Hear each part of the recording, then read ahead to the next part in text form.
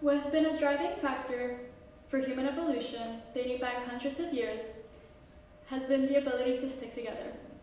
Cooperation has essentially built our lives.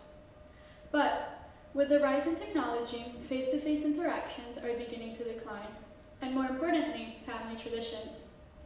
And family traditions are important. Believe it or not, they are universally significant to our sense of identity.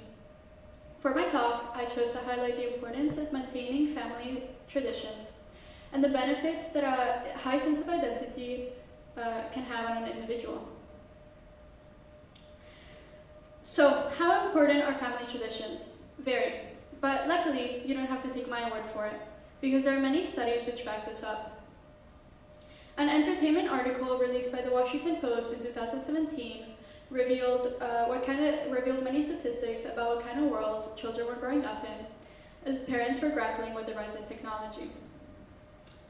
So, how did the US watch videos throughout the years? Looking at 1995, we can see that 100% of the US population used tapes to watch videos. Let's pick another year, 2007, which coincidentally is the year I was born.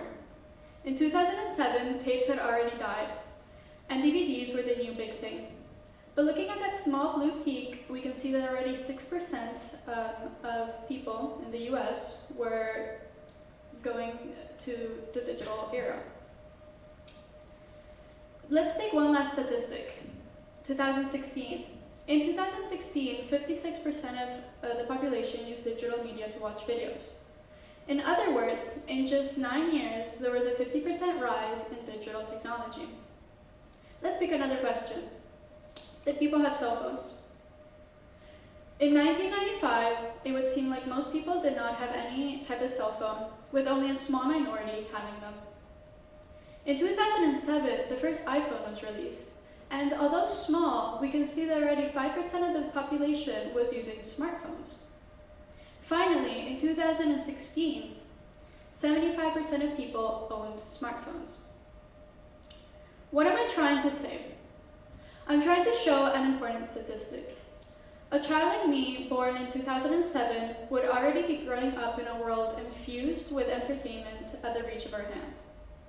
At age 9, we would already hear about the latest iPhone release, and like any small child, our minds would center around one main thought: to have the most fun in the easiest way possible. And what sounds like more fun to a 9-year-old? Sitting around the table talking about your school day or the latest gig on an iPhone. It's not really a surprise that social media has taken such a hit on family traditions. But let's go back to our roots. Why are they important in the first place?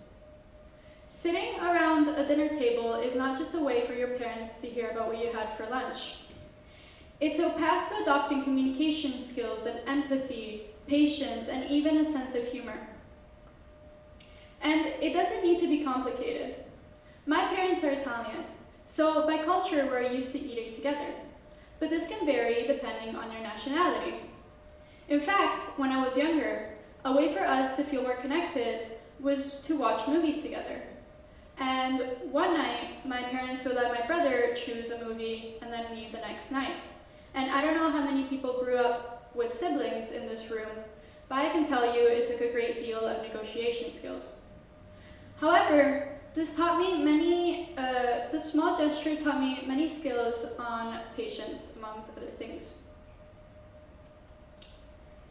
Young children cannot learn these simple yet crucial teachings through social media. In nature, there is one main drive. There is the will to survive, but the human race has a will to live and to experience and to love. And so that it's essential that we are conscious about what we put our time and energy into. And even just taking 30 minutes to think your thoughts through with your family can have great benefits. Thank you.